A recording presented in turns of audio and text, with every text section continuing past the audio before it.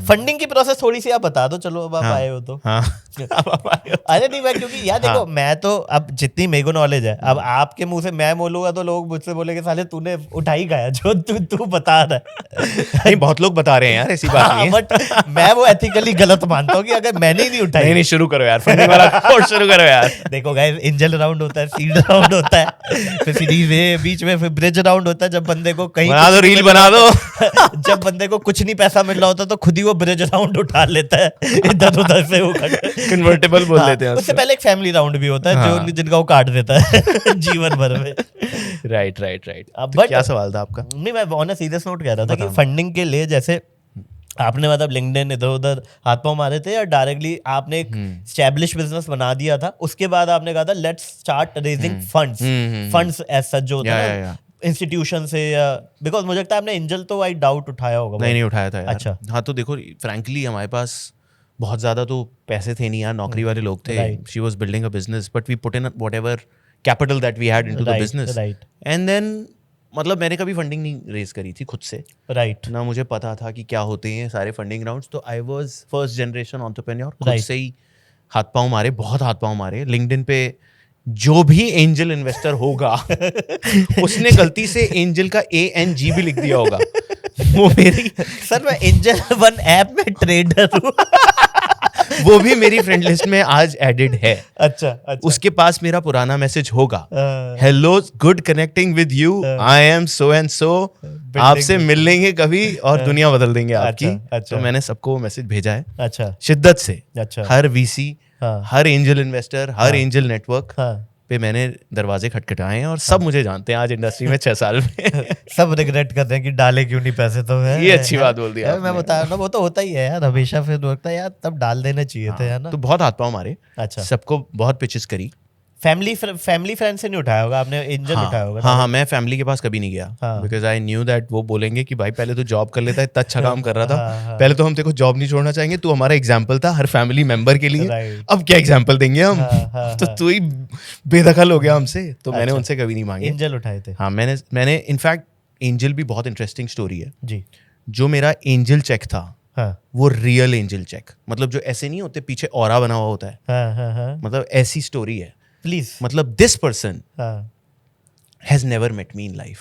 जो अभी सिंगापुर में शायद मिल नहीं। अच्छा he is not even in India. अच्छा। He is an Arab guy. Okay. He was studying in New York okay for his own doctorship, and he reached out to me when I was working in MobiKwik. Okay. And he pinged me that Akash, you have done business in e-commerce. You have worked in fintech. हाँ. I want to learn something from you about Indian startup world. बस ये ping आया था बस। अच्छा। और फिर बातें शुरू हुई। ऐसी मुझे लगा यार ये कौन है, मतलब ये मुझसे क्या ज्ञान लेना चाहते हैं, कहीं बाहर बैठे मुझे हैं, क्यों मैसेज कर रहा है। हाँ, तो मैंने कहा, तो मैंने ऐसी बात कर ली। मैंने कहा बात करने में तो कुछ नहीं है, कहीं ऐसे कुछ बुला न ले कि कुछ आओ बेटा आओ। क्योंकि कुछ लोग ऐसे भी हैं जो स्टार्टअप वर्ल्ड में आपको बोलते हैं कि आपका पिच अच्छा लग रहा है, आप आ जाओ मिलने। ऐसा भी एक केस हो चुका है मेरे साथ। I will explain that also, but thankfully he didn't say कि आ जाओ। तो मैंने कहा जब तक बुला नहीं रहे तब तक बात कर लेता हूँ, जब आ जाएंगे तो पता चल जाएगा। But it was just a conversation and I was working in MobiKwik, nothing, chapter closed.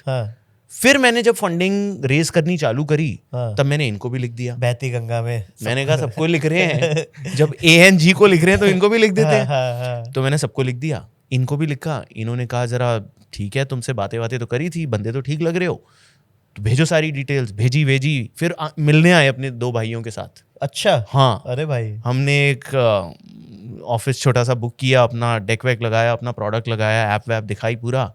2-3 दिन बैठे हमारे साथ, कॉन्वर्सेशंस हुई, फिर बोले करेंगे जी। अच्छा।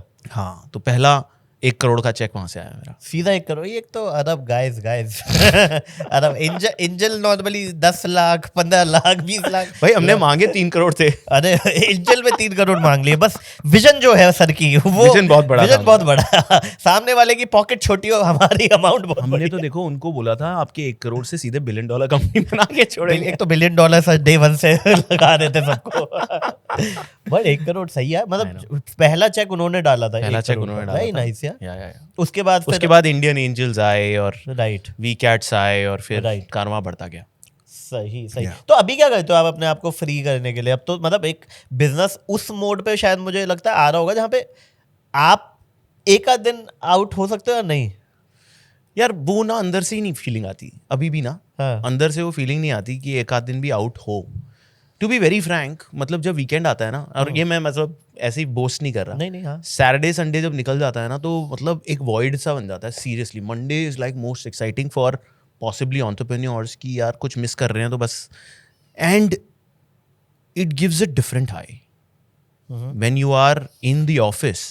आई get a very different high. I like am super excited, super charged. It's a dopamine level for the entire 8, 9, 10 hours that I'm in office. तो अब तो बेसिकली सारा काम डेडिकेटेड होगा हाँ आपका? हाँ, तो अब हमारी 1100-1200 लोग की टीम है. अच्छा हाँ हाँ हाँ, तो वो सब बिजनेस कर रहे हैं. माइक्रो मैनेजमेंट तो अब खत्म ही हो गया। माइक्रो मैनेजमेंट खत्म हो गया, बट अभी भी देखो बिजनेस में ना you are always thinking the next step. Right, that's the job of the CEO, मुझे ऐसा लगता है. राइट।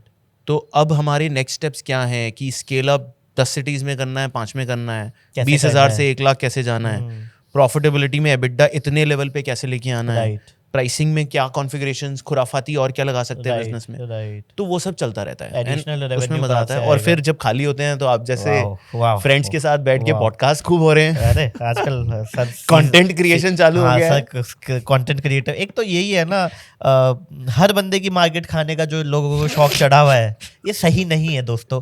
आप जब एंटरप्रेन्योर हो, आप पैसा कमा रहे हो, आप फंडेड हो, 1 करोड़ का चेक आपने बहुत पहले से उठाया हुआ है. बहुत गलत है कि आप फिर कंटेंट क्रिएशन में आ रहे हो, आप इंस्टाग्राम पे रील बना रहे हो, आप लिंक्डइन पे भी एक्टिव हो. Very bad sir. अगर मैंने कॉमेडी शुरू कर दी तब आप ये बोल सकते हो. सर आजकल सब क्रिएटर है, आप कोई कॉमेडियन नहीं, आप सब क्रिएटर है. ये मेरा पॉडकास्ट का ऑब्जेक्टिव यही था कि मैं आज भड़ास निकालूंगा अपनी, और कुछ नहीं है इसमें. ईवी पे मोशन नहीं करना मुझे. मेरे को ऑन अ सीरियस नोट, जैसे मैं भी अभी अपनी टीम ना बिल्ड कर रहा हूँ ये पॉडकास्ट के लिए, पूरी मतलब डिस्ट्रीब्यूशन, एडिटिंग, थंबनेल, ये सब चले जा रहा है. एक चीज जो मुझे लगता है, जैसे आपके में तो 1100-1200 लोग हैं, कल्चर बिल्ड कैसे होता है यार, मेरे को बताओ. या देखो, culture is again a very important job of the founders, right, to create. मतलब जो आप हो ना, आप ही का एक वर्जन बनता है कंपनी का. Agree. And it is your personality in a way. Right. तो और वो जैसे मेरा कल्चर कैसे बना, शायद मेरे एक्सपीरियंसेस से बना. Right. तो मैंने कुछ एयरटेल से उठाया, कुछ मैंने स्नैपडील से, जो अच्छा लगा मुझे, जो नहीं अच्छा लगा वो नहीं करना है. जैसे एयरटेल में एक कॉन्सेप्ट होता था कि भाई सैलरी हर 28 तारीख को आती थी. तो जब मैंने बिजनेस बनाया कि यार लोगों को सैलरी ना उसी महीने में, चाहे लास्ट डे पे देंगे, बट सैलरी डिले नहीं जाएगी. और एयरटेल में कभी नहीं जाएगी, पहले महीने में आ हाँ, जाएगी, उसी टाइम जाएगी. और that is that touchwood, that is something that we have tried to follow since day one. Very nice. Right. तो ये फाइनेंस तो सॉर्ट करो, उसका बाद की तो नेक्स्ट पे. करेक्ट. एटलीस्ट लोगों को वो एक डिलाइट मिलना चाहिए इन योर बिजनेस. फिर ईसॉप पॉलिसी कैसे बनानी है वो सीखा कुछ ना कुछ कंपनी से, जहाँ पे जैसे मतलब where I would have felt कि यार ये ईसॉप पॉलिसी अच्छी नहीं थी, मैंने फिर वैसी ईसॉप पॉलिसी बनाई जो मेरी टीम को अच्छी लगेगी. अच्छा. Right. So it's a very very good ESOP policy. It is as you build into the company then you get auto ESOPs. तो आप लॉन्जिविटी पे आपका 2x of salary will become your ESOPs. तो आपको मांगने नहीं है, ऑटो मिल जाएंगे, है ना. तो वो हमने बनाया. फिर आईजेपी स्ट्रक्चर मैंने कहा कि IJP is internal job promotions. अच्छा. कि आप 1 साल एक रोल में हो, आप परेशान हो गए, कुछ नया करना है, 0 to 1 सबको पसंद आता है, अप्लाई कर दो any of the openings and you can switch roles in the company only, within the company only, and you will get different package. You will get a hike and you apply for those roles. If you get selected, then you can get into a new role. But इसमें तो मान लो HR को जानते हैं, HR direct नहीं, but HR will not select, right? There's a committee which will select. अच्छा, एक different. हाँ, मतलब जैसे अगर ऑप्स में हायरिंग हो रही है तो ops leader will hire, right? HR will just facilitate. Right. So it's again a very good process. फिर हमने वैल्यू सिस्टम बनाया अपना कि ट्राइब हमारा एक वैल्यू सिस्टम है. Technology, rider first, integrity, right, beyond the basics, execution, 5 चीज़ें हैं. उन 5 को core ethos are hiring and firing principles, कि हम इन 5 क्वालिटीज़ के कारण किसी को हायर करेंगे, और अगर ये क्वालिटीज़ नहीं मिलेगी तो उसको पता है that these are the reason that you are not fitting, and we tell you on day 1 कि यार ये हमारे प्रिंसिपल्स हैं.